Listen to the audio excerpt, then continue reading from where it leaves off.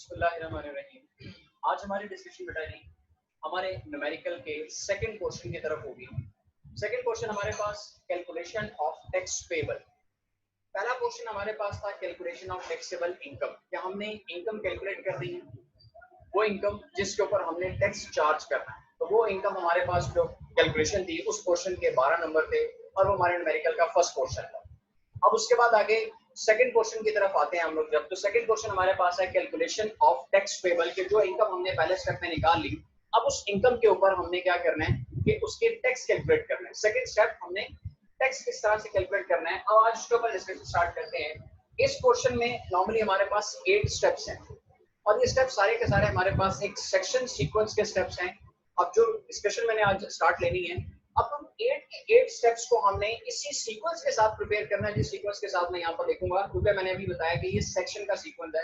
तो सेक्शन के सीक्वेंस को हम चेंज नहीं कर सकते, तो हमें ये सारे स्टेप इसी सीक्वेंस में याद करने और कल को न्यूमेरिकल की परफॉर्मेंस के अंदर भी हमें ये स्टेप सारे इसी सीक्वेंस के अंदर ही परफॉर्म करने। अगर सीक्वेंस हमारा आगे पीछे हुआ, हमारा सेक्शन सीक्वेंस डिस्टर्ब हो जाएगा और हमारे मार्क्स कटेंगे वहां। ठीक है जी। अब वो हमारे पास स्टेप्स कौन से हैं, मैं वन बाय वन सारे स्टेप्स यहाँ पर डिस्कस करूंगा और से देखिएगा। सबसे पहला स्टेप हमारे पास कौन सा आएगा बेटा जी, एप्लीकेशन ऑफ टैक्स रेट्स। ठीक है जी, मैं यहाँ पर लिख रहा हूँ एनडीआर रेट्स। अब ये एनडीआर रेट्स के एप्लीकेशन ऑफ टैक्स रेट्स क्या है कि जब हम अपनी इनकम कैलकुलेट कर लेते हैं, सारे हेड्स की इनकम टोटल करके हमारे सामने फाइनली टैक्सेबल इनकम आ चुकी है। अब हमने उस इनकम के ऊपर रेट अप्लाई करना है कि कितने परसेंट टैक्स लगेगा। वो रेट्स हमारे पास बुक्स में अवेलेबल है, एक बड़ा सा टेबल हमें गिवन है, वो भी आपके साथ शेयर कर दूंगा कहाँ पर कौन से पेज नंबर के ऊपर अवेलेबल है। तो वहां पर जाकर फिर जो रेट होगा हम अपनी वहां पे इनकम चेक करेंगे। वहां पर कुछ इनकम की रेंजेस गिवन है कि इस रेंज से लेकर इस रेंज तक कितने परसेंट चार्ज होगा, इस रेंज से इस रेंज तक कितने परसेंट चार्ज होगा। तो फिर हम अपनी इनकम देखेंगे, जितने परसेंट बनता है उतने परसेंट हम उसके ऊपर फिर क्या करेंगे, टैक्स चार्ज करेंगे। क्लियर होगी बात बेटा जी। तो यहाँ पर मैंने लिख दिया कि एनडीआर के रेट्स। याद होगा आपको वो लेक्चर मेरा जिसमें हमने एनटीआर, एफटीआर और सेपरेट ब्लॉक ऑफ इनकम की डिस्कशन की थी। तो वहां पर मैंने कहा था कि जब तमाम इनकम्स को हम आपस में कलेक्ट कर लेते हैं तो हमारे पास जो इनकम आती है उसको हम क्या नाम देते हैं, एनटीआर का, नेशनल नॉर्मल टैक्स रिजीम का नाम दिया। तो ये नॉर्मल टैक्स रिजीम के रेट्स। रेट अप्लाई करने के बाद सेकंड स्टेप हमारे पास आता है calculation of tax on actual taxable income. अब इस स्टेप का नाम तो मैंने यहाँ पर लिखा बेटा, calculation of tax on actual taxable income, कि जो हमारी एक्चुअल टैक्सेबल इनकम है उसके ऊपर हमने टैक्स कैलकुलेट करना है। लेकिन ब्रैकेट में इसके साथ मैंने एक रेफरेंस दिया एओपी फार्मूला। अब एओपी क्या है, हमारे पास इनकम के अंदर एक ऐसी इनकम होगी that is called share from AOP. AOP का मतलब है कि कोई पार्टनरशिप है, आपने किसी पार्टनरशिप में पैसा इन्वेस्ट किया हुआ है और वहां से आपको प्रॉफिट का शेयर आया। अब उस प्रॉफिट के शेयर आपके पास अगर आया तो उसके न्यूमेरिकल में दो इफेक्ट्स होंगे, दो जगह पर उसकी एडजस्टमेंट होगी। एक तो उसको इनकम में एडजस्ट किया जाएगा और इनकम में एडजस्ट करने के बाद उसका एक इफेक्ट यहाँ पर आएगा कि यहाँ पर हम एक फॉर्मूला पुटअप करेंगे। लेकिन अब याद रखिएगा कि ये स्टेप हमारे पास ऑप्शनल है। ऑप्शनल इस पॉइंट ऑफ व्यू से है कि अगर हमारे क्वेश्चन में शेयर फ्रॉम एओपी की इनकम होगी तो ये स्टेप हमारा एप्लीकेबल होगा। अगर हमारे पास शेयर फ्रॉम एओपी की इनकम नहीं है तो ये स्टेप हमारा एप्लीकेबल नहीं होगा। पॉइंट समझ आ गया बेटा जी। तो ये हमारे पास शेयर फ्रॉम एओपी की वजह से एप्लीकेबल नहीं होगा। क्या हो गया जी। उसके बाद आगे चलिए नंबर 3 पॉइंट के ऊपर आ जाओ।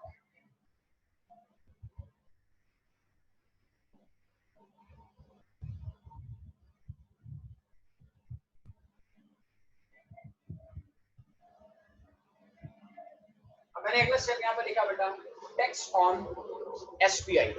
SPI stands for separate block of income.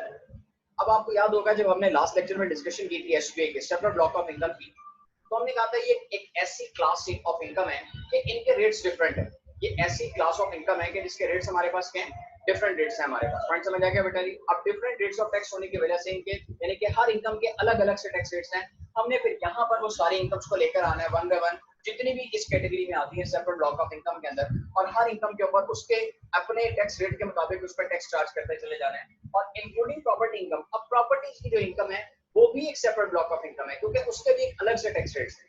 तो इन शॉर्ट में separate block of income and property income, इन सब के टैक्स हमने कौन से स्टेप में ऐड करने हैं, स्टेप नंबर 3 में हमने इसको डिस्कस किया। पॉइंट समझ आ गया बेटा जी। उसके बाद आगे चल नंबर 4,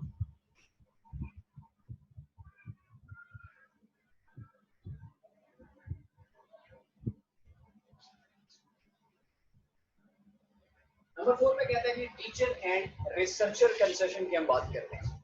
अगर हमारा टैक्स पेयर, जिस पर्सन की हम इनकम कैलकुलेट कर रहे हैं, जिस पर्सन का हम टैक्स कैलकुलेट कर रहे हैं, अगर वो पर्सन किसी रिकग्नाइज्ड इंस्टीट्यूट के अंदर फुल टाइम टीचर है या किसी रिकग्नाइज्ड रिसर्च लैब के अंदर रिसर्चर है, तो उसके रिसर्चर होने की वजह से, उसके टीचर होने की वजह से उस पर्सन को सैलरी इनकम के टैक्स में 40% की हम क्या देंगे, कंसेशन देंगे। पॉइंट समझ आ गया बेटा जी? बात को दोबारा से रिपीट कर रहा हूँ कि अगर एक पर्सन फुल टाइम टीचर है या एक पर्सन अभी फुल टाइम क्या है, रिसर्चर है, तो उसके टीचर या रिसर्चर होने की वजह से उसको सैलरी की इनकम का जो टैक्स बनेगा, उस इनकम के ऊपर हम क्या करेंगे, टैक्स पे उसको कंसेशन देंगे। कितनी?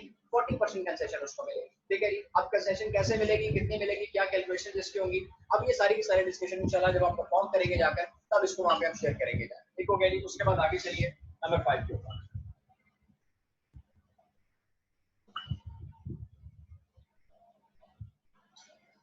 फॉरेन टैक्स क्रेडिट की हम बात कर रहे हैं बेटा। अब फॉरेन टैक्स क्रेडिट किसे कहते हैं कि अगर एक पर्सन क्या करता है, फॉरेन इनकम अर्न कर रहा है। ठीक है जी। एक पर्सन अगर हमारे पास फॉरेन इनकम अर्न करता है, यानी कि अगर उसने पाकिस्तान से बाहर क्या किया हुआ है, पैसा इन्वेस्ट किया हुआ है, पाकिस्तान से बाहर किसी बिजनेस में उसने पैसा इन्वेस्ट किया हुआ है, तो बिजनेस में पैसा इन्वेस्ट करने की वजह से अगर उसको वहां से कोई प्रॉफिट का शेयर आ रहा है बिजनेस के अंदर, तो उस प्रॉफिट का शेयर आने की वजह से अब वो पर्सन वैसे तो वहां पर टैक्स पे करके आया है। बात को दोबारा से रिपीट कर रहा हूँ, गौर से सुनिए, थोड़ा सा मैसअप हो गया। अब क्या है कि अगर एक पर्सन ने पाकिस्तान से बाहर किसी बिजनेस में पैसा इन्वेस्ट किया है और वहां से उसको उस बिजनेस के ऊपर क्या आ रहा है, प्रॉफिट आ रहा है, अब लॉजिकली तो वो पर्सन जब वहां से बिजनेस का शेयर पाकिस्तान मंगवा रहा है, तो उसकी वहां की गवर्नमेंट उस पर वहां से टैक्स चार्ज करेगी। लेकिन अगर वो पैसा यहाँ पर आता है तो क्या हमारी गवर्नमेंट उस पर टैक्स चार्ज करेगी या नहीं करेगी? डेफिनेट सी बात है कि गवर्नमेंट ने पहले उसको अपनी इनकम में ऐड करना है, क्या गवर्नमेंट उसके ऊपर टैक्स लगाएगी, लेकिन गवर्नमेंट कहती है कि बाद में हम आपको इसके ऊपर कंसेशन देंगे। एक तरफ इनकम में ऐड कर लिया, इनकम का ऐड करने के बाद उस पर टैक्स लग गया, और बाद में फिर हमें टैक्स में कंसेशन भी देगी। अब वो कंसेशन कैसे मिलेगी, फॉरेन टैक्स क्रेडिट किस तरह से मिलेगा हमें, टैक्स का क्रेडिट, टैक्स की कंसेशन कैसे मिलेगी, ये इंशाल्लाह पूरा स्टेप जब हम परफॉर्म करेंगे तब जाकर हम शेयर करेंगे इसको हम कैसे डिस्कस करते हैं। उसके बाद आगे चलिए नंबर 6 के ऊपर आते हैं।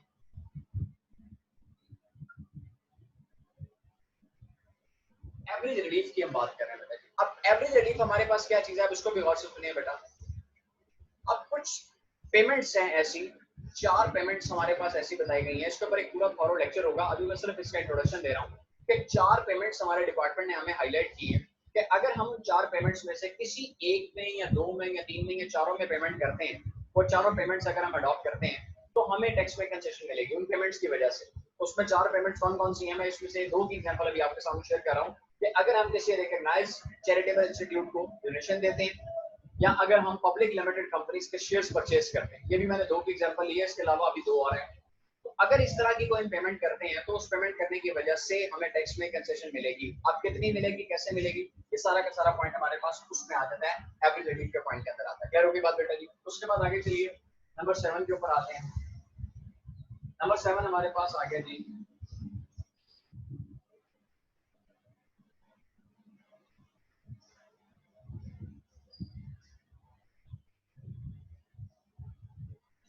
Tax deducted at source.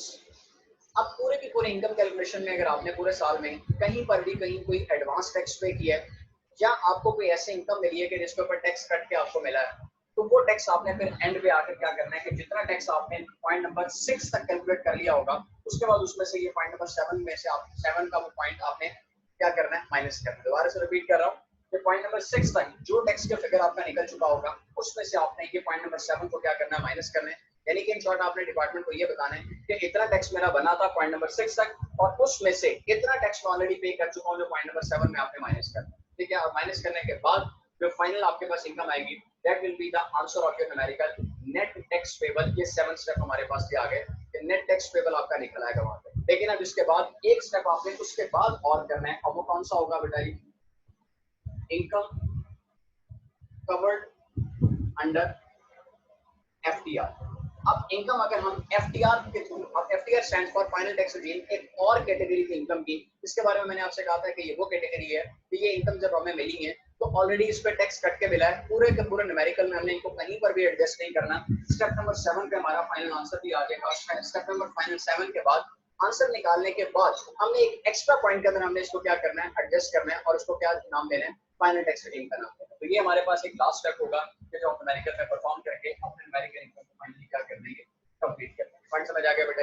तो ये थी हमारी आज की डिस्कशन। अब इसमें से 2 पॉइंट्स के ऊपर मैं स्टार लगा रहा हूँ, इसके ऊपर और एक एवरेज रिलीफ के ऊपर।